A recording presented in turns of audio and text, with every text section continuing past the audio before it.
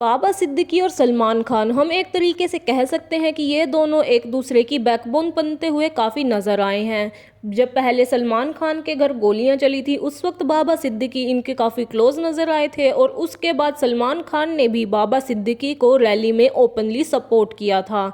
तो इसके बाद अब जब बाबा सिद्दीकी की मौत हो चुकी है, उनकी हत्या कर दी गई है, तो उसके बाद सलमान खान का इस पूरे घटनाक्रम से कनेक्शन कैसे जोड़ा जा रहा है और कैसे लॉरेंस बिश्नोई गैंग ने इस हत्याकांड को अंजाम दिया और कैसे मुंबई जैसे शहर में शहर की इतनी बड़ी हस्ती की सरेआम सरे बाजार हत्या कर दी जाती है। आज इसी बात का हम विश्लेषण करेंगे कि आखिर कैसे इस शहर में हथियार आए लेकिन तब भी पुलिस को पता नहीं चला। इस शहर में ऐसे लोग आए जिनकी इस शहर को लेकर और यहाँ के लोगों को लेकर मंशा बिल्कुल भी अच्छी नहीं थी और फिर भी पुलिस को पता नहीं चला और कैसे बाबा सिद्दीकी के इस पूरे के पूरे हत्याकांड को अंजाम दिया गया। कुछ ही टाइम पहले सलमान खान के घर पे जब गोलियां चली थी उस वक्त पर बाबा सिद्दीकी सलमान खान को ओपनली सपोर्ट करते हुए नजर आए थे, लेकिन उसके बाद से ही बाबा सिद्दीकी को ऐसे डेथ थ्रेट्स मिल रहे थे जिनकी वजह से ये कहा जा रहा था कि बाबा सिद्दीकी को वाई कैटेगरी की प्रोटेक्शन मुहैया कराई गई है। लेकिन अब कह रहे हैं कि ऐसा कुछ भी नहीं हुआ था। उनके साथ सिर्फ 2 पुलिस ऑफिसर्स थे जो कि उनकी सुरक्षा के लिए उनके पास मौजूद थे।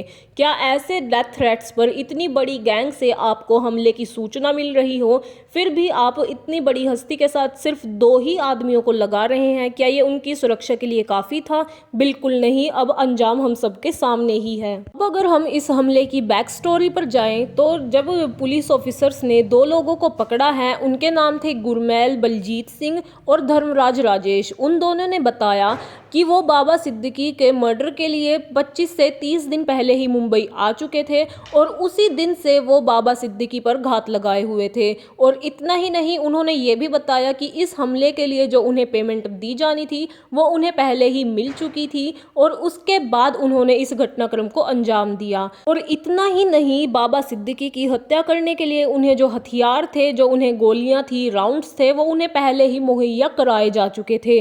तो अब यहाँ पर सबसे बड़ा सवाल ये उठता है कि मुंबई पुलिस और क्राइम ब्रांच की नाक के नीचे से इतने सारे पैसे और हथियार लोगों को दिए जा रहे हैं और क्राइम ब्रांच को इसके बारे में कोई खबर ही नहीं है। तो क्या यही सुरक्षा रह गई है आज के टाइम पे हमारे देश की? इसके बाद बात अगर इस हमले की जाए तो ये हमला बाबा सिद्दीकी पर मुंबई के बांद्रा ईस्ट में हुआ, जहां पर उनके बेटे का ऑफिस था।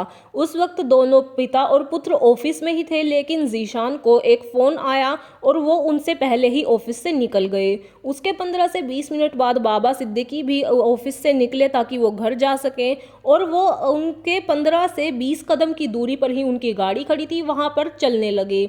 लेकिन ऐसा हुआ कि उस गाड़ी तक पहुंचने से पहले ही, यानी कि सिर्फ 10 मीटर उनके ऑफिस से वो चले होंगे, उस वक्त पर ही उन पर ताबड़तोड़ फायरिंग शुरू हो गई। फायरिंग करने वाले 3 शूटर्स थे। उन्होंने 6 राउंड फायर किए, जिनमें से 5 गोलियां बाबा साहिब की तरफ चली थी और उन्हें 3 गोलियां लगी भी थीं। 2 गोली उनकी छाती पर लगी और एक उनके शरीर के दूसरे अंग पर लगी। उनके साथ माना यह जा रहा है कि बाबा साहिब के साथ उस वक्त पर एक और व्यक्ति था जिसके पैर पर काफी बड़ा घाव आया है। उसके बाद बाबा सिद्दीकी को लीलावती हॉस्पिटल ले जाया तो गया, लेकिन अफसोस कि उनकी जान नहीं बचाई जा सकी।